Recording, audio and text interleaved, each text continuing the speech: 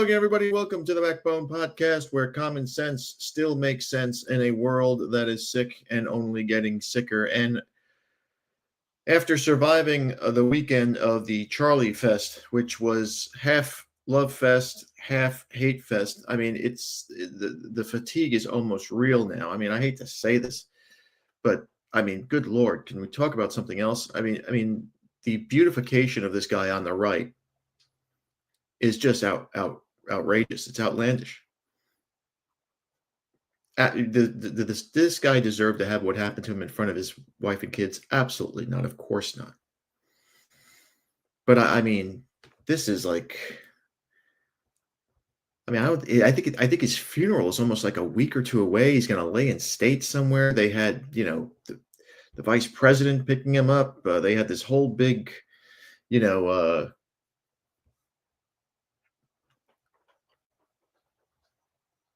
this big rally and all these vigils and all this other stuff going on. I mean, I'm just curious to see how long this lasts, because I don't think it'll last very long. White people don't have the attention spans. They don't have the wherewithal to continue this. We keep hearing that there's going to be an awakening, a reset. We saw 1 million people, or they say 1 million people, in England on Saturday, which was a wonderful thing to see, because they're sick of what's going on over there. They're sick of seeing all these sub-Saharans and these Middle Easterns and these Indians literally changing the face of their country. These Muslims praying in the street, the garbage and the just the way these cities are being destroyed by this vermin. It's got to stop. And finally, people are waking up. This guy Kirk and that poor Ukrainian girl. I mean, it's just more. It's more bricks in the wall that are piling up. But to say that this guy was an icon, he was a hero. Some people are even saying that he deserves a national holiday. I mean, listen, I'll take the day off, whatever. But let's just pump the brakes on this shit. Okay, he was a moderate. He was a milquetoast rhino. He was an Israeli sympathizer to the bone. He was accepting Israeli Jewish money to support Israel and to articulate their narrative. This guy wasn't an America First guy. He was an opportunist. Let's be honest. He was an opportunist, and I don't blame him. I mean, what did he get? $40 million just from the Jews? I mean, money's money. And now that he's gone, that wife of his, that blondie, she ain't gonna wait too long. She'll have an emotional support friend within 6 months to a year, and probably 2 years from now she'll get married, because she's a blonde with 40 million in the bank. She ain't gonna be single for long, believe me. But let's go to the issue at hand here. Over the weekend and on Sunday, I should say, we have these black preachers who were mocking the shit out of this guy Kirk in front of their minions. They're not parishioners. They're not Jesus lovers. They're not God lovers. These are people who are just plain old sick. And they have no sympathy whatsoever. I don't know what has to happen for all white people, to understand this. I don't know what wall has to fall on you. I don't know how many times people, your relatives or friends, have to get robbed or stabbed or raped or killed. I don't know how. I don't know when the limit is. But these people hate us. They hate you. They don't respect you. They don't consider you one of them. They don't want you anywhere near them. They want to be in your neighborhoods. because they want to take advantage of the schools and they want to take advantage of all the accessories that beautiful white neighborhoods have. But they don't care about you at all. And when you die, they mock it. And this is a preacher here. The hell was his name? I think it was John Wesley Howard, I believe his name is, or Wesley John Howard. And this is in front of his parishioners on Sunday, and he talks about Kirk, and of course he brings up racism, and he brings up, how we're beautifying this guy, and how we can't forget that all the wrong things that Charlie Kirk said. Now, again, I didn't agree with a lot of that Charlie Kirk said. I thought he was way too weak. And he's an evangelical, and those Christians are Diet Coke Christians. They're not, the only Christian there is Catholicism. That's it. That's Jesus's church. All this other shit is crazy. It's just garbage. And these blacks are part of that. These are Baptists. They're Pentecostals, whatever the fuck they are. They're all part of the same garbage. And these preachers, they're so hypocritical because they praise the Lord and they praise Jesus and this and that, but they ask you for money, and these blacks who don't have a pot to piss in will give their last dime to these guys so they can fly around in $30 million jets, and they can bang their parishioners, and they can drive Mercedes Benzes, and they can wear the beautiful suits, and they do it all in the name of the gospel. And black people fall for it. Of course they fall for it. They fall for anything. We're not talking about the sharpest knives in the drawer here. But anyway, let's listen to this crazy fruitcake here talk about the late Charlie Kirk. Charlie Kirk did not deserve to be assassinated. But I'm overwhelmed seeing the flags of the United States of America at half staff, calling this nation to honor and venerate a man who was an unapologetic racist and spent all of his life sowing seeds of division and hate into this land.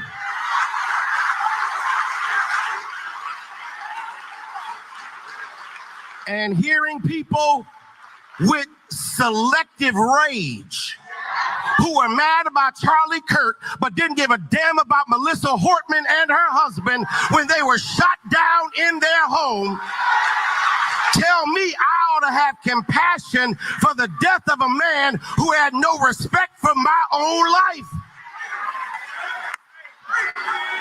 I am sorry, but there's nowhere in Bible where we are taught to honor evil. And how you die does not redeem how you lived. You do not become a hero in your death when you are a weapon of the enemy in your life.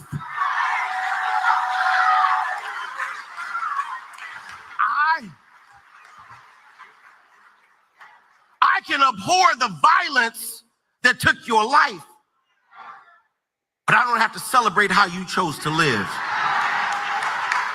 I am overwhelmed. So there you have it. This guy isn't even under the ground yet, and he's been called evil, racist. He's abhorring. It's funny. This preacher here, I wonder, when he said that your death doesn't cancel what you did in your life, I wonder if that was the same sentiment he had for George Floyd. Charlie Kirk was probably the most boring guy on the planet. Probably didn't smoke, drink, party, didn't do any of that shit because he thought that Jesus would be frowning on it. There was nothing evil about this guy. He was a Jesus freak. Now, again, I don't know for certain. Who knows if old Charlie had furry parties. We don't know that. We're going to assume it because none of this has come out yet. But we knew about old George. We knew that he was a career criminal. We knew that he put a gun to a pregnant woman's belly. We knew that he was passing around fake bills. And the day he overdosed, we knew he was high up on fentanyl. Old George wasn't a saint. But George got the gold casket. George had politicians falling to one knee. George had murals all over the place. George created almost a reactionary revolution. Statues were taken down. Sports teams were renamed. All because of St. George Floyd. But Charlie Kirk, who was just a 31-year-old guy, gets married, has kids in that order, was unashamed Jesus freak. He's the evil one. He's the racist. He's the bad seed. Are you starting to get it now? To all of you who keep saying that, well, blacks are just like us. They're people. People are people. No. If you don't get it by this point, you'll never get it. And you'll deserve what is coming. And let me tell you, I don't wish this on anybody, but it's always the people who don't have their head on a swivel. It's always the people who were just like that poor Ukrainian girl who just don't know any better that end up carjacked, mugged, raped, stabbed, shot, beat up, killed. The racist, the guy like me, and you can call me a racist all you want, I don't care. The guy like me that is always on the defensive when I see these people around me, nothing ever happens to me. It's the person that isn't on the defensive because they look weak. They look like rabbits. A wolf doesn't get attacked. The rabbit does. And there's the difference. And white people are so scared of being called racist that they will be rabbits just so they won't have that title put on them by black people, by Jewish people, by Hispanics, by Asians, by liberal white women.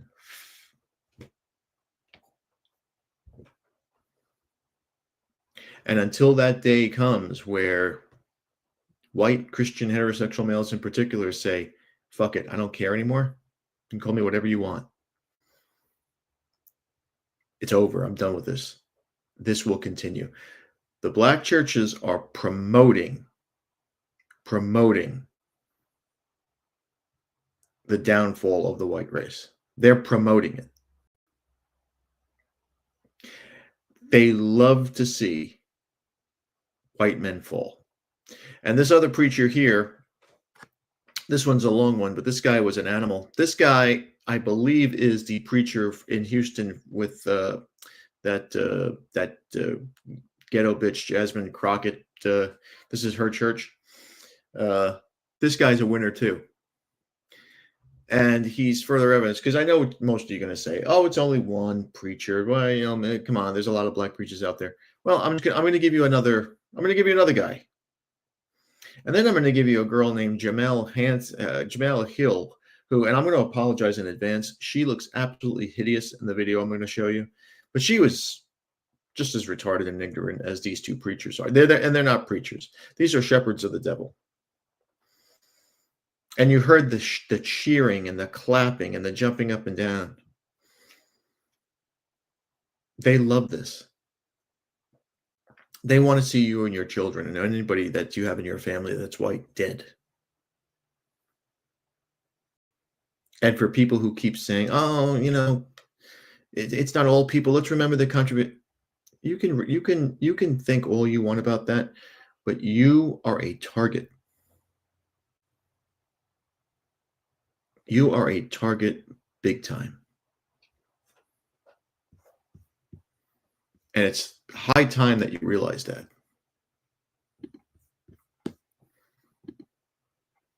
It's high time that you realize that you are in big, big trouble.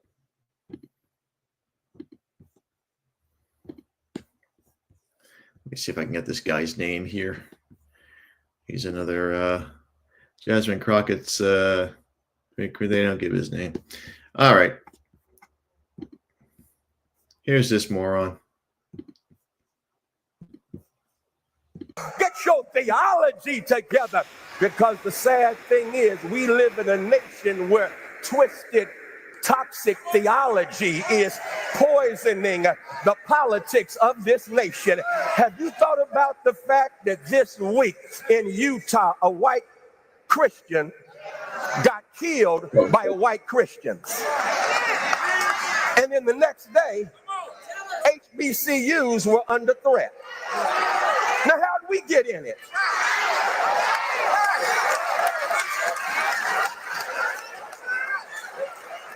I mean, that's called white on white crime.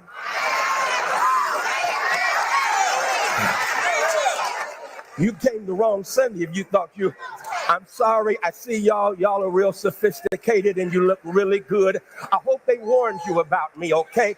Because on this Sunday, we gonna keep it 100. On this Sunday, we gonna tell the whole truth and nothing but the truth. And so here they are. Here they are. In Utah. It's more of us in church than in Utah. We ain't got nothing to do with what they just did.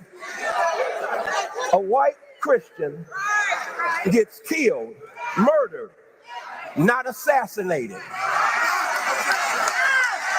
We're going to tell the whole truth today. Martin King got assassinated.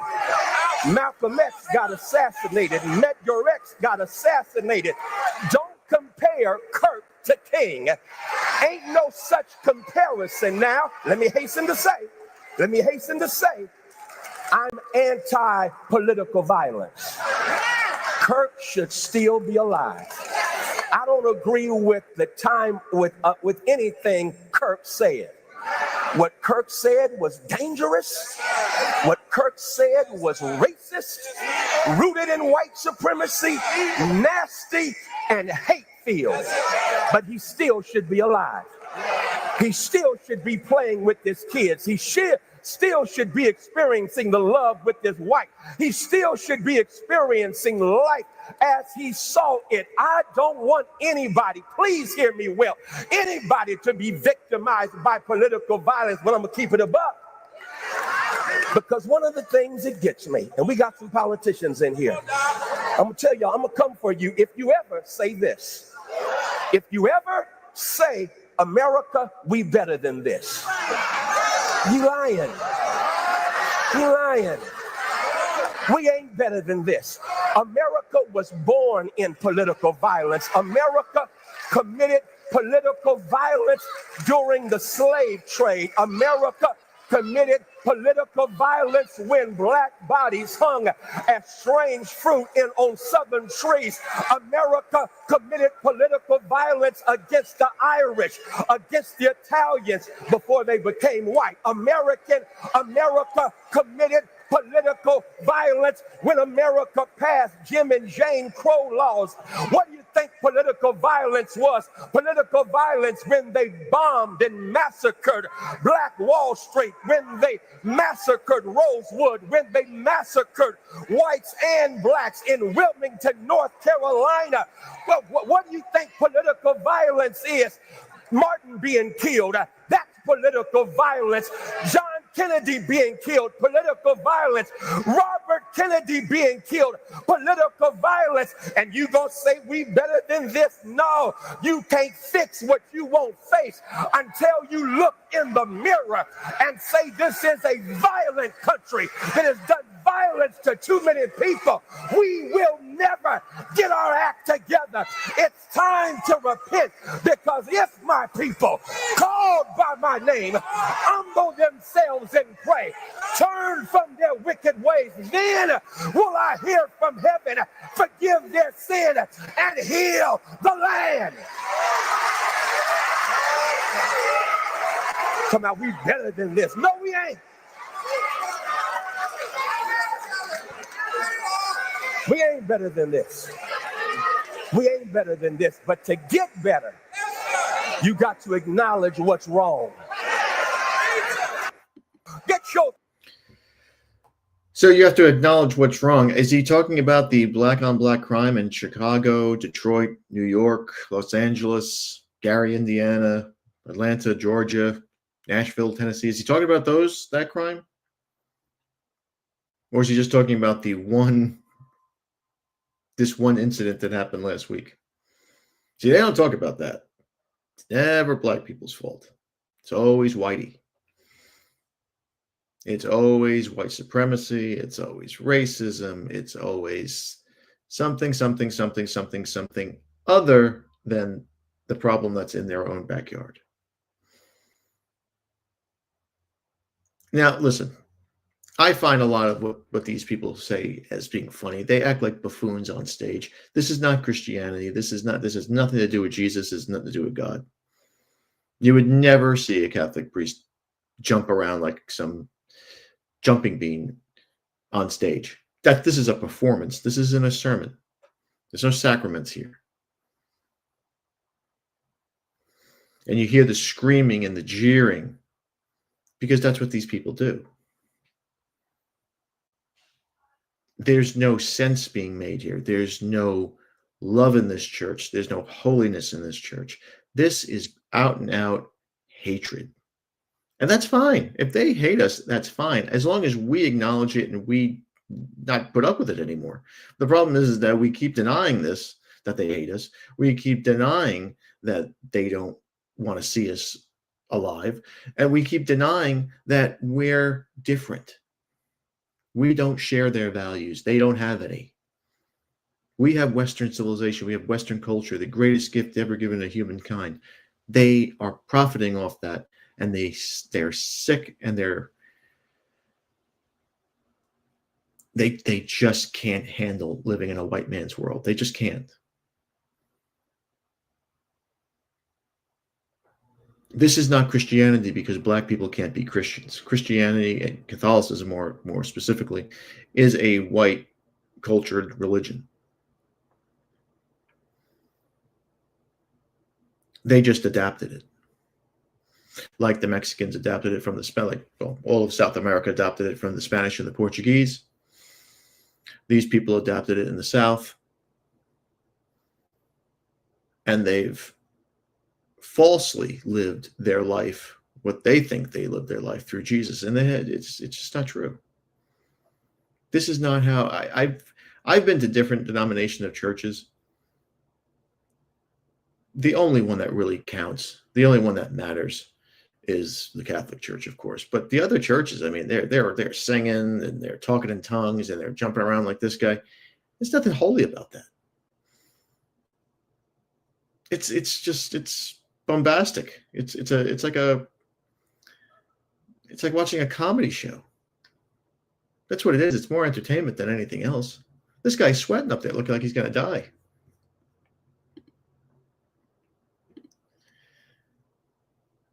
That is not a house of God. That is a theater of the absurd, a theater of the insane. And speaking of insane, here we have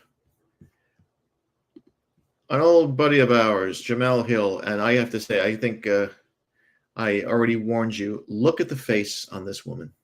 Look at that forehead. You could put 2 billboards on that forehead. She is as ugly of a person that you'll ever see. And they put her on, and there is no way. If you're a woman, right? If you're anybody, if you're going on TV, try to look presentable. What is she doing? She's got sneakers in the background, empty boxes. Like, what the fuck? She has no makeup on, hair's not done. I mean, look presentable. I mean, this is just putrid. And I hate to do this to you, but what she says is just outrageously outlandish too. And I just wanted to give you more than one or two examples of how these people think of us. Because they're not talking about Charlie Kirk. He's just a lightning rod. They're talking about all white people. And let's get labeled a white supremacist is because he believed in the superiority of white people, which is why he said that he would be concerned if he saw a black pilot, which is why he said that he questioned the brain processing of brilliant minds such as Joy Ann Reid and Ketanji Brown Jackson, because he ultimately believed in the superiority of white people. So I don't think I'm being insensitive by bringing that up. And the only reason I feel like I even need to bring that up is because of the counter narrative that is establishing itself. And that's the problem with history and the problem with receipts is that you can't erase the receipts. You can't, I learned this a long time ago, and I'm sure you guys have heard this before, is that people don't remember what you do, although a lot of times they do, but more importantly, they remember how you made them feel. And Charlie Kirk, with his words and with his influence, he made a lot of people who were not straight white Christian men feel less than human, feel less than qualified, feel a lot of less thans. That's how he made them feel. And that was his entire purpose. So we have room in our big old brains for multiple thoughts, for being upset and angry about what happened to Charlie Kirk, because it says a lot about our political discourse in this moment, but also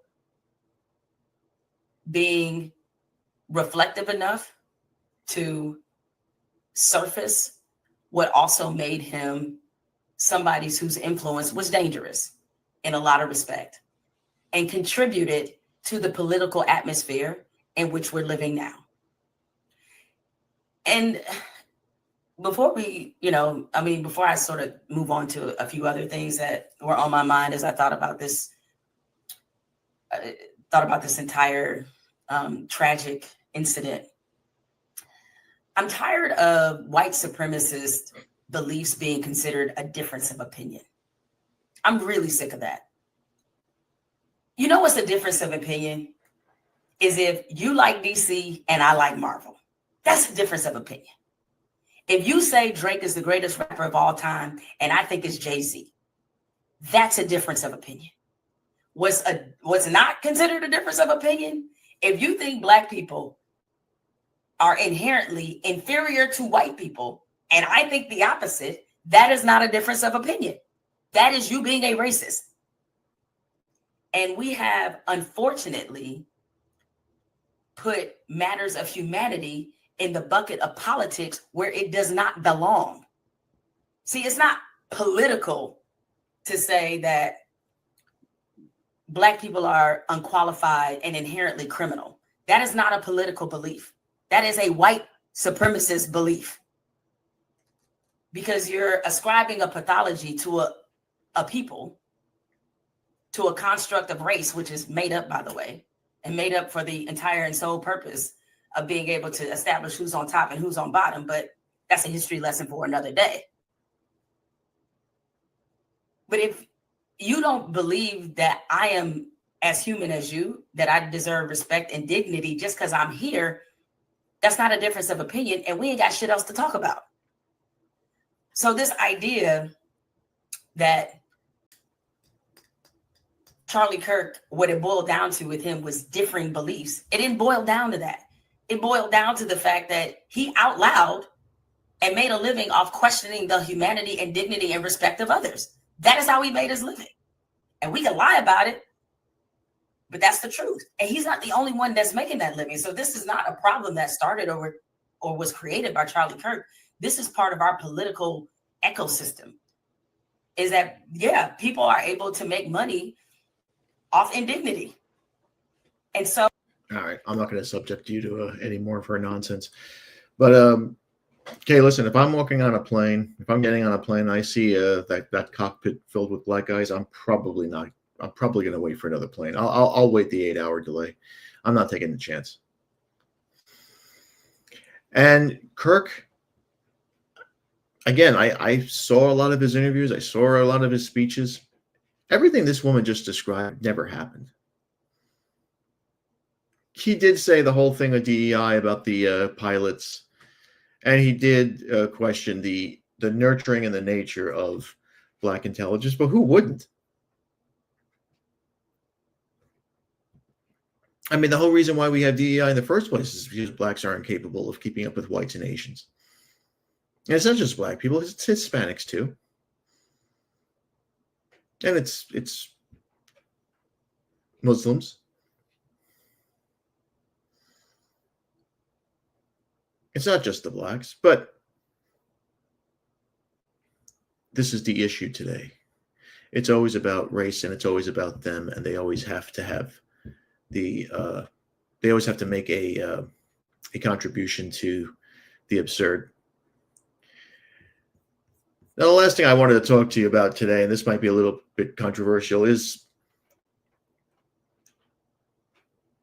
the beautification of Charlie Kirk. Many years ago, when, what was this, 2021, which seems so far away, when this George Floyd vermin was overdosing in front of the world, and people thought he died because some guy had his knee on his neck. They turned him into a saint, as I said. Jamel Hill turned him into a saint. Those two preacher morons that we've put on before, they probably made him a saint. And cities burned all over the country.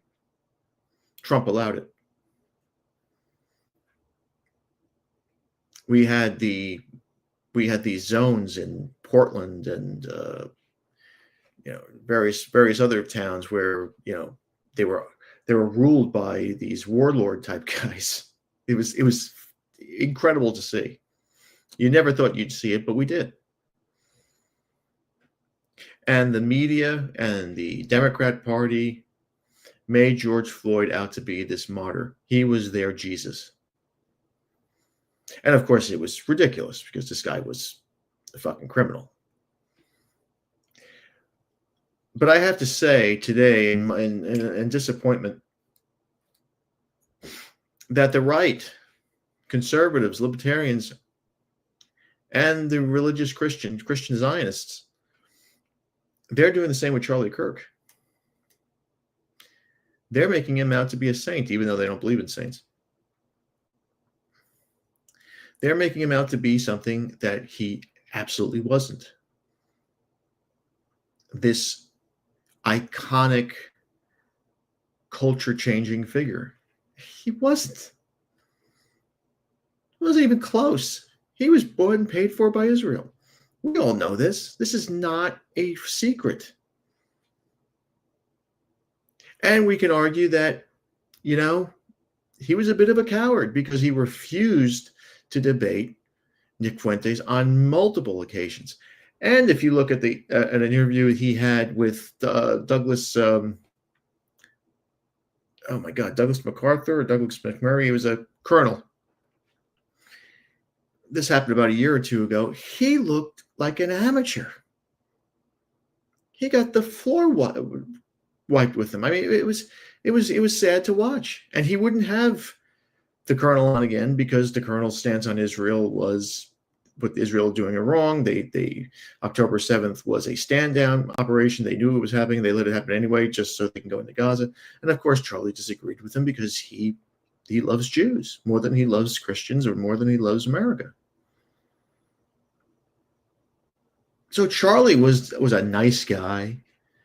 He's probably a very sweet guy. But he was too weak to understand where the world is going and what's going on in the Middle East, in Europe. And he also said things that, like this broad says here, people are going to bring that stuff up, the receipts. The first thing that happened when he got shot was that quote that he made about, well, you got to sacrifice some people to protect the Second Amendment. Well, you were one of them. And it happened right in front of your kids. And a lot of the things he said, I think, were taken out of context. I mean, he's been accused of calling somebody a chink, which he didn't call anybody a chink. He was talking to that guy from the Young Turks, Czech, Jank, whatever his name is. He's another buffoon. But there are so many things that are coming out now that they're trying to prove that he's a racist and that he's this and that. Charlie Kirk was a moderate, milquetoast, rhino, Jesus freak. That's all he was. He had a podcast. He had this channel that was created through his father's money and influence. This guy was not a grassroots guy. His father built Trump Plaza. Okay, his father was an architect, made millions of dollars, and he had influence within he had connections and networking within the Republican Party, and he helped his son in there. This was not some savant. We're not talking about Voltaire here. We're not talking about some genius politician like Garibaldi, some revolutionary who's going to change the world. Charlie was a lot of things, but he was not that. Good family man, we think. Good dad, yeah. Lived his life through Jesus, yes. Had a moderate conservative attitude, yes. Trailblazing world changer, come on. No fucking way. So the Charlie fatigue is starting to hit me. I don't know if it's going to start to hit you. That might be insensitive to say. But yeah, I've kind of had enough of this. Let's just bury this guy and move on and get to what's really important. Europe has to adjust first. When they adjust, that wave will cross the Atlantic and hit us. And if you want to thank Charlie and have him be the poster boy for it, great, as long as it happens. I don't think it will, because white people, again, like I said, once football season starts rolling, everybody's going to forget about this. All right. Well, there's my 2 cents, as insensitive as it was. Thank you again for watching. Please like, subscribe, comment, and share. Be careful out there, my friends. As you can see, the face of Satan is right there, right there, right there. Be a man. Have a backbone, because masculinity and common sense are worth standing up for. And remember, if it ends in an ism, it's a mental disorder. Again, another example of that. These 3 morons. We'll see you later.